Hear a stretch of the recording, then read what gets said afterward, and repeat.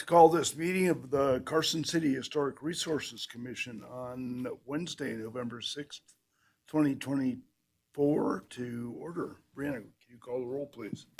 Chairperson Drews. Here. Vice Chair Schmitter. Here. Commissioner Block. Commissioner Darney.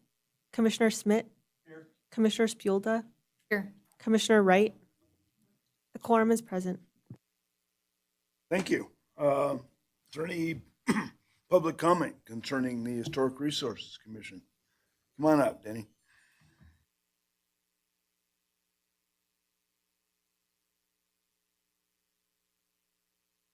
Thank you very much, Chair and members and commissioners.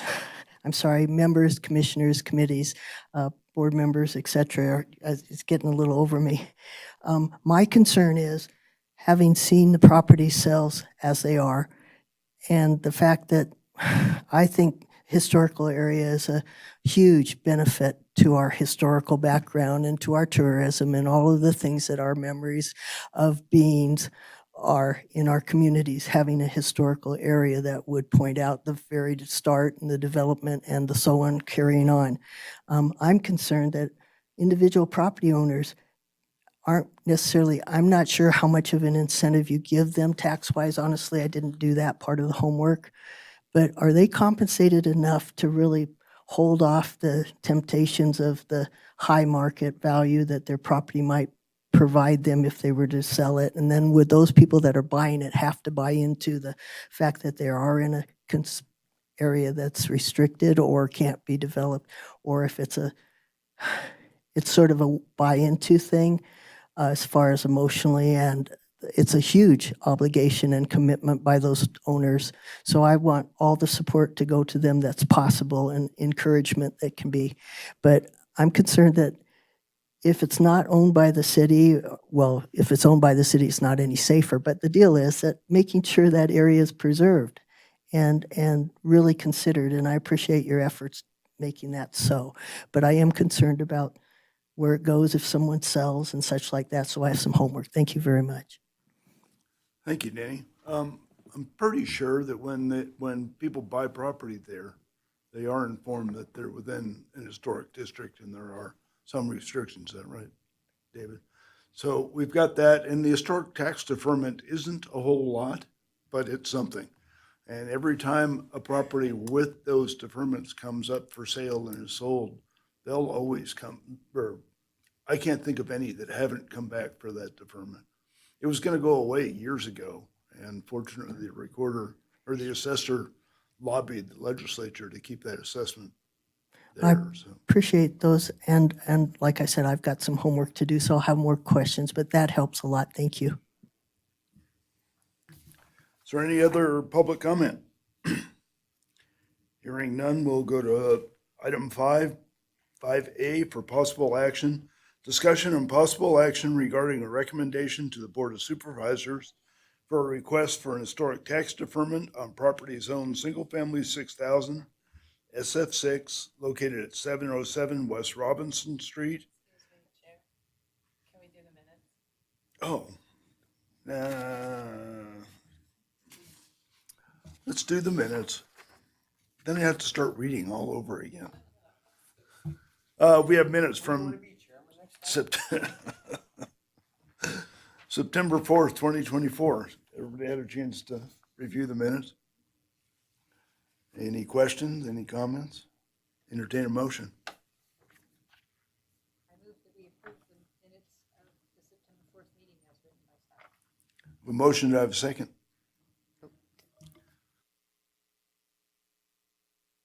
I second the motion. Any questions on the motion? All in favor? Aye. Motion carries unanimously. Now, item 5A. Discussion and possible action regarding a recommendation to the Board of Supervisors for a request for an historic tax deferment on property zoned single-family 6,000 SF6 located at 707 West Robinson Street, assessor's parcel number 003-242-04. Heather. Heather Ferris for the record. The subject property is located at the southeast corner of the intersection of Mountain Street and West Robinson Street. The application is before you due to a change in ownership. When considering such requests, the commission typically reviews 4 items: the historic significance of the property, the current condition of the property, any alterations made to the property, and whether or not those are compatible with the historic character, and whether the property complies with the HRC guidelines. Staff addressed each of these 4 items in the staff report and found in the affirmative. We are recommending the Historic Resource Commission recommend approval of the tax deferment to the Board of Supervisors. I'm available for questions. Any questions of Heather? Any questions of the property owner? Hearing none. It- Well, go ahead, Lou. It's just a beautiful historic house, so I just wanted to thank you for your efforts to preserve it. I also liked your Halloween graveyard. That was nice. Yep, I bet. I'll entertain a motion.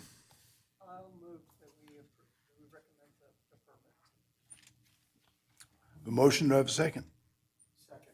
Motion and a second. Any questions? All in favor? Aye. Opposed? Motion carries unanimously. Thanks for picking that up, David. Welcome to the neighborhood.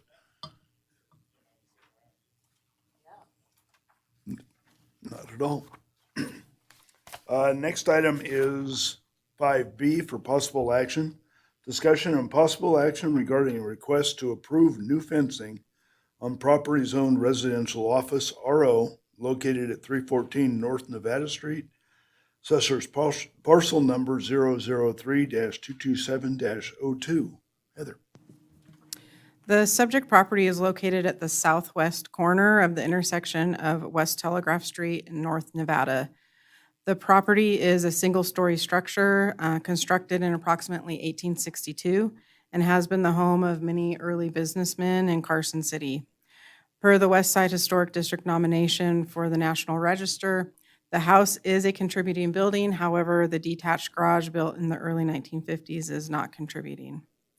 The applicant is seeking approval for the installation of approximately 68 lineal feet of 4-foot-tall chain link fence along a portion of the southern property line and easternmost property line fronting North Nevada Street.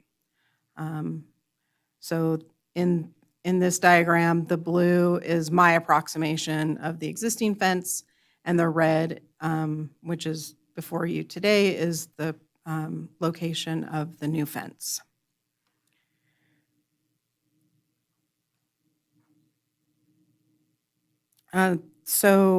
Development standards 5.24 addressed guidelines for fences within the historic district. It states in part that a fence design must be considered in context, scale, rhythm, material, and style are the critical design elements of a fence. The fence design must be compatible with the building as well as the surrounding properties. Section 5.24.2 of the guidelines provides guidance for new fences within the district and requires fences to consist of a design that will enhance the overall visual presentation of a building and be made of material that is traditionally associated with fences located in the historic district, including wood, wrought iron, and in some cases, masonry. Chain link is not typically found in the historic district, and while there is a small amount already on the subject property, it is relatively screened from public view. The new chain link fence is on the southern property line and eastern property line fronting North Nevada Street. Fences on other properties in the area are predominantly wood pickets and wrought iron. Staff finds that the new chain link is not consistent with the guidelines, as chain link is not traditionally used for fences in the historic district and does not contribute to the character defining features of the building. Section 5.24.2 of the guidelines does provide an opportunity for the applicant to request materials other than those that are traditionally found in the district. if they're able to demonstrate to the HRC that the material is more compatible with and consistent with the historic features of the property. I did provide the applicant with an opportunity to provide additional information in support of their request. However, to date, no additional information has been provided. With that, I'm available for questions, and I believe the applicant's representative is also here. Thank you, Heather. Any questions of Heather?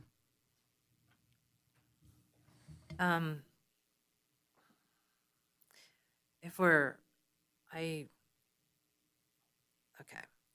1862. I don't think this building is 1862. So if we're looking at it in terms of 1931, then metal fences were popular. I think the one issue I have is that it's right next to a clearly 1860s house, one of the best On the other Italianate side, yeah. examples that we have in Carson City. And so to have it's kind of jarring to have the modern chain link fence up against that clearly historic house. There's other types of metal fences, woven wire fences, things like this, that would be more appropriate, at least across the east elevation, right across Mountain Street, so that the visual impact to the other house isn't quite as dramatic, I think. It just doesn't seem very consistent with our guidelines.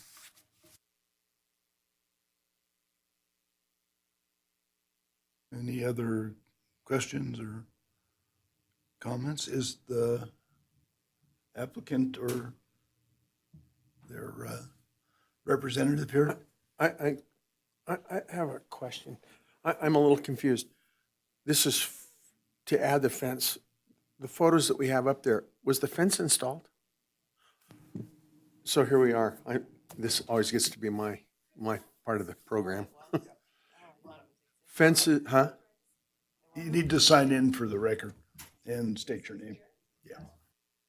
So I want to finish my questions. Were fences and windows, and no permit required. But in this case, even though there's no permit required, which would have maybe triggered that, if you're going to put a fence on the sidewalk, most of the times you're going to go to the planning department, and then that would have triggered,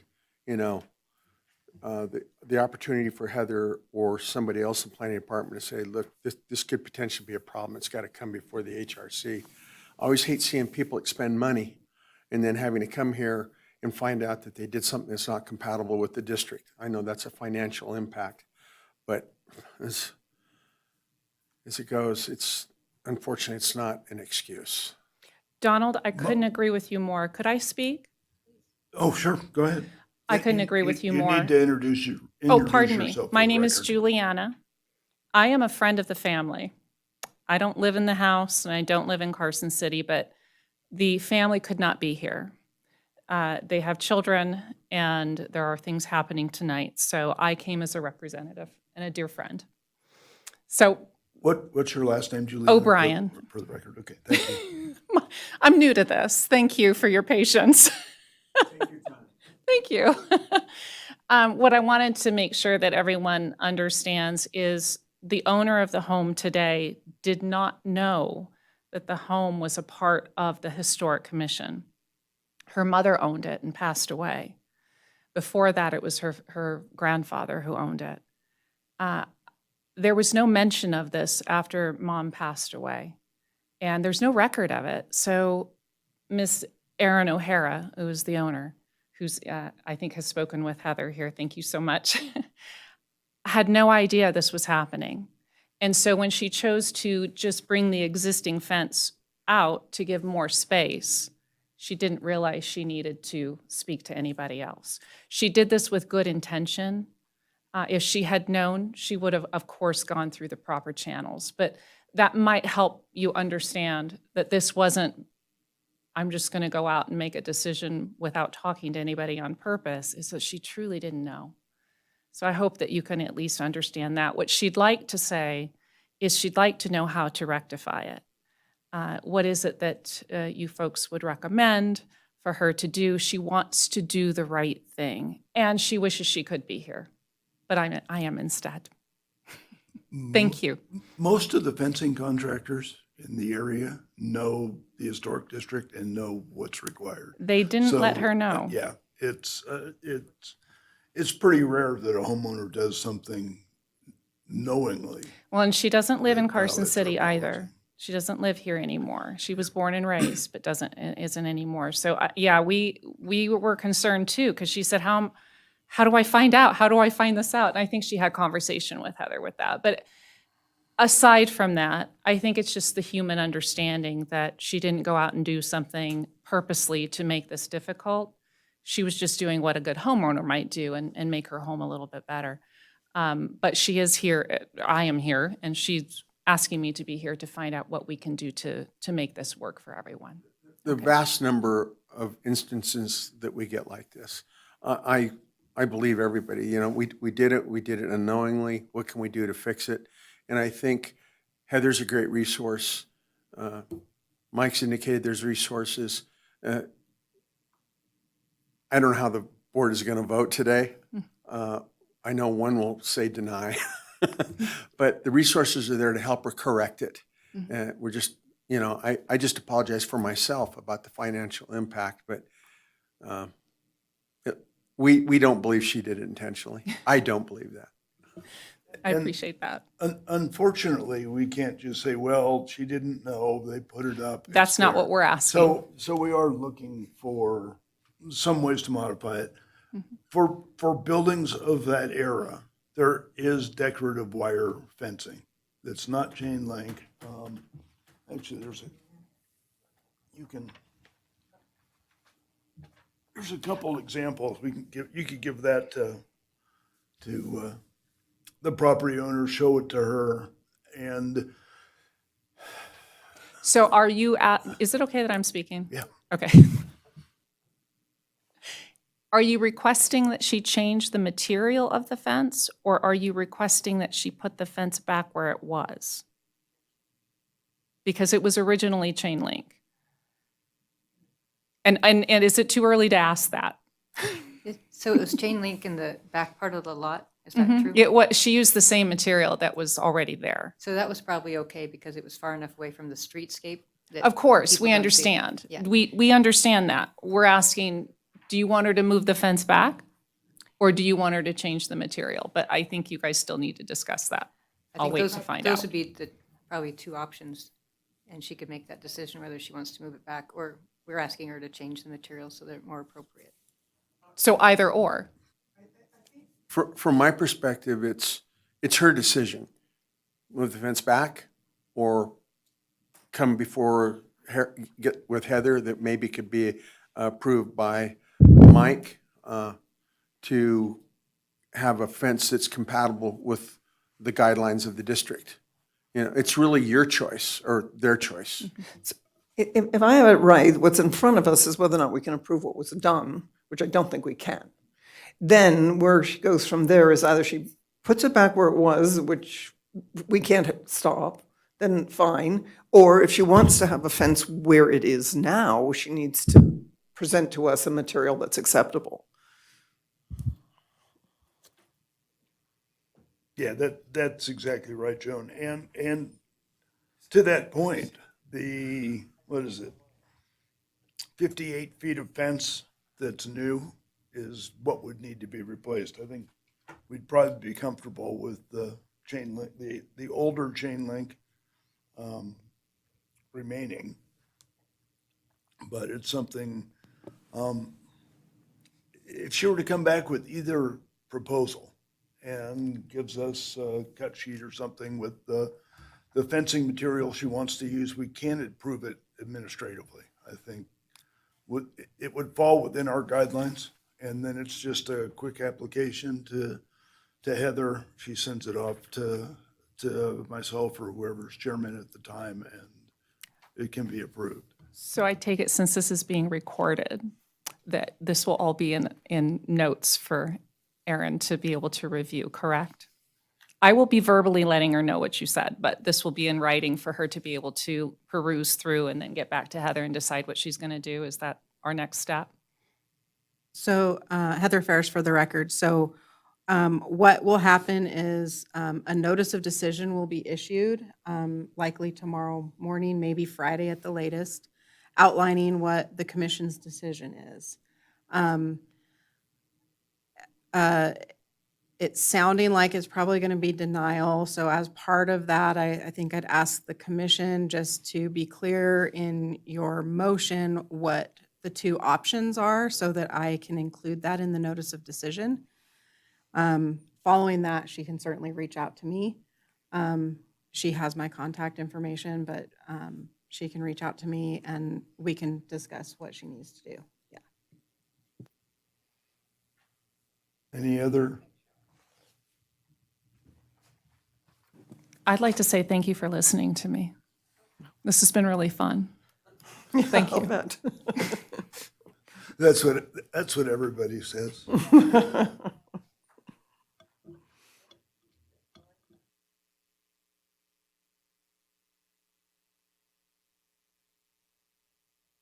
Yeah, you can. With that fencing, you could use the chain link post. Is there any other questions or comments? Is there any public comment on this item? Denny? Juliana? Why don't you take this? Denny French, thank you, Chair. I look at this and I go, oh, brings back memories of my place where I grew up. Chain link was to keep us in the yard, and that was really important, and that was the least expensive material at the time.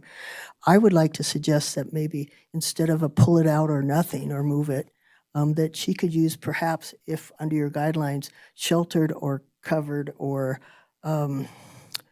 fixed to look other than metal base support pipes. She could use those in the structuring of a picket fence if those were encased in certain mountings, so that she wouldn't have to lose all the material or her basic supports. And so if that could be part of the consideration, I think that would be helpful as far as price and restructuring, because then someone could put up the picket or a less modern form of metal wiring. So those are my considerations on that. But gosh, it's good that y'all caught it, and it's all good that everybody's supportive of the fact that it wasn't intentional, but it doesn't fit to me, and so I would have to personally say it's great that they're going to think of the alternatives. Thank you. Thank you, and that certainly is an alternative. We've done that in the district before, where you just put a wooden frame or a fake wooden post around the metal posts and build your pickets from that. So that'd be another option if she wanted to go with a wooden fence instead of some kind of metal. Any other questions, comments? I'll entertain a motion. Can I make a motion? Certainly. I move to deny HRC-2024-0366 based on the findings that the request is not consistent with the design guidelines for the Historic District and the Secretary of Interior standards as noted in the staff report. Don, do you want to add? No, this addresses the issue at hand. I'm just trying to help Heather with the notice. I of appreciate decision. his comments, but this addresses what's before us. I have a motion. Do I have a second?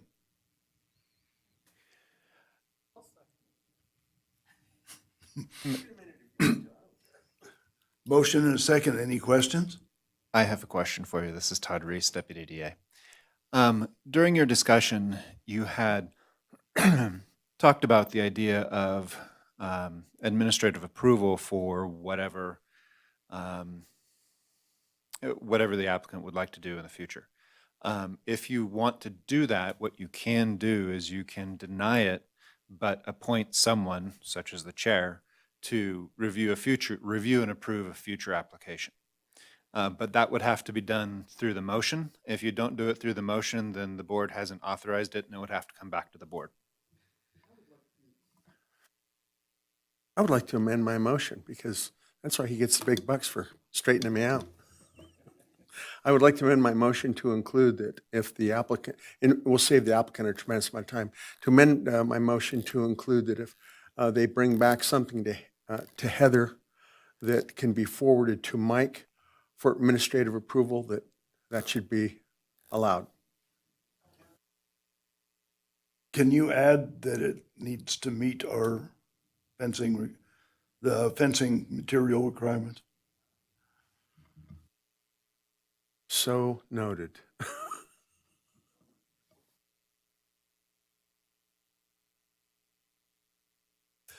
We have a motion and a second on the amended motion. Is there any questions? All in favor? Aye. Aye. Opposed?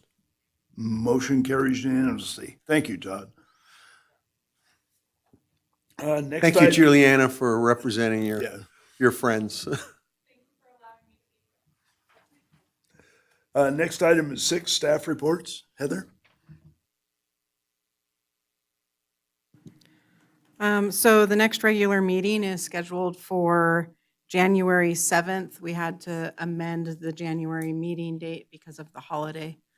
So it's January 7th at 4 PM. And then the only other thing I have for you is the Brewery Arts Center has been working with Miles Construction on the louvers on the steeple. They actually discovered that apparently the louvers were covered. So the louvers are still in place. In talking with them, I determined based on what they needed to do that it's general maintenance. And so hopefully, I haven't driven past, but hopefully we'll be seeing the louvers soon. It should not be coming to you because it's just general maintenance because they're still intact. And they're going to be pursuing the removal of the cross at a future meeting. They're not sure when. Okay. I think my term is expiring. Who else is up? Do you know? Yours? Oh, good. There'll be a new chair and vice chair.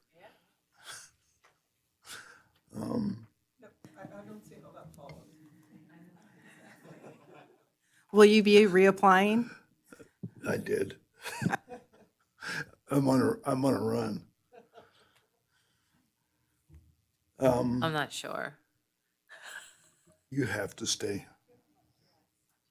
Any commission member reports, comments? Oh, I do have a question. Are our seats, right, we all have a position, right? Huh? Yeah. Okay, so what's my position?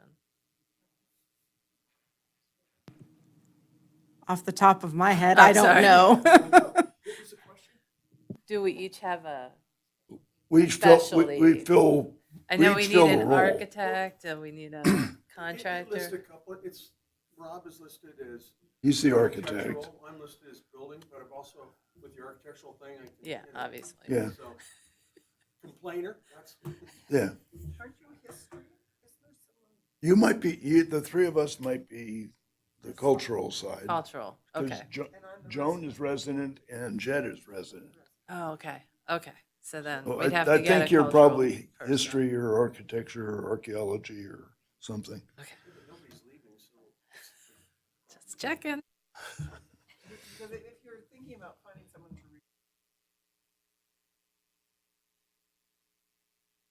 I can follow up. But the general rule is if you leave, you have to find your own replacement. You do? Yeah, that's, since 1989, Don. Until I got stuck with this. Any future agenda items?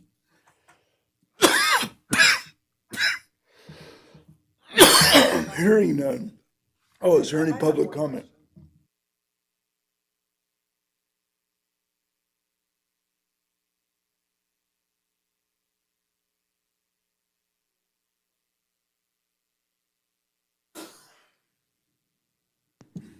Yeah, so this started with the code enforcement process, so we would continue to pursue it through that avenue.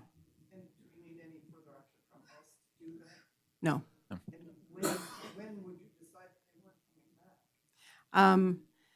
You know, I think giving them maybe 60 days to figure it out, I can check in with them before we issue any additional violation notices.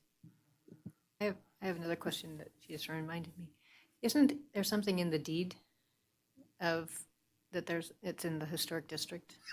Isn't there some kind of red flag in the record? I don't believe that it's in the deed, but typically, when properties transfer, even if it goes from a trust to an individual, we do send those letters out letting folks know that they're in the historic district and that there's regulations associated with any changes. Yeah.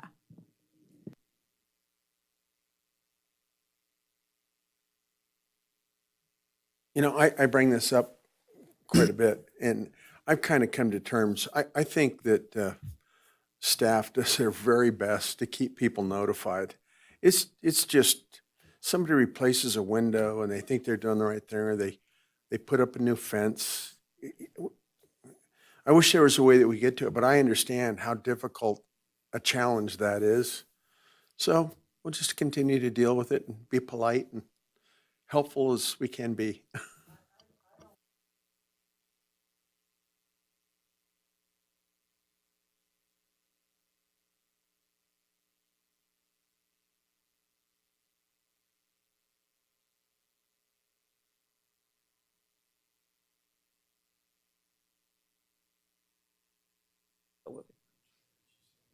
Do you pull a permit for a fence?